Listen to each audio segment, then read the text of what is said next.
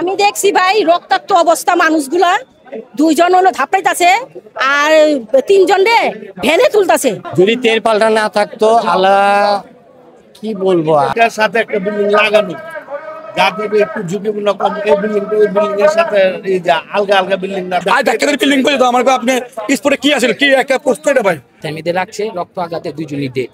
আর মহিলা যেটা আছে সম্ভাবনা আছে কিছুটা বাঁচা। আমার দোকানে সেই কাজটা হবে তো আমি কাছে দোকান করতাম, আমি আজকে বাসা ঘুমা থাকতাম, এটা কে বলতে পারে না ভাই, আল্লাহ পাকের ইচ্ছা।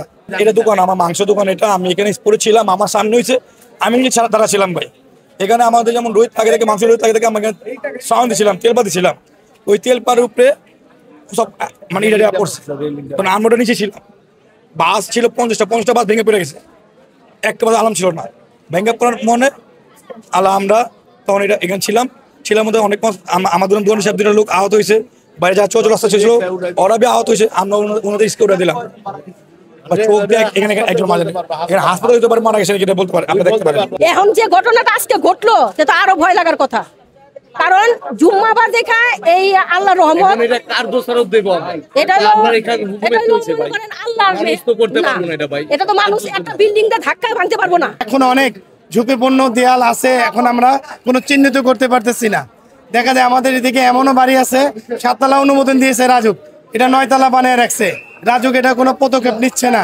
এটা দেখা যায় পুরানবাসী বা ঢাকাবাসীদের জন্য একটা আতঙ্ক হইতেছে। যে টাইমে ভূমিকম্প হইতেছিল ওই টাইমে সবাই দৌড়াদৌড়ি করতেছিলাম যে যান নিয়ে, পরে বাসার থেকে যে টাইমে বেড়েছি মানে বাড়িতে বেড়েছি অমনি দেখি দুইটা বেটা হয়ে চলে একবার মাথায় মেয়েদের রাখছে, রক্ত আঘাতে দুইজনই ডেড। আর মহিলা যেটা আছে সম্ভাবনা আছে কিছুটা বাঁচা। আর যে টাইমে পিছনে রিস্কালা ছিল, রিস্কালার মাথায় লাগছে, আর উপরে দা পর্দা ছিল তো পর্দার কারণে সবার লাগেনি, টুকটাক আল্লাহর রহমতে বাঁচা গেছে। আর আহত হিসেবে আপনি মারা গেছে 3 জন, 2 জন মারা গেছে আর একজন তো মাথায় লাগছে, ওটা আল্লাহ জানে।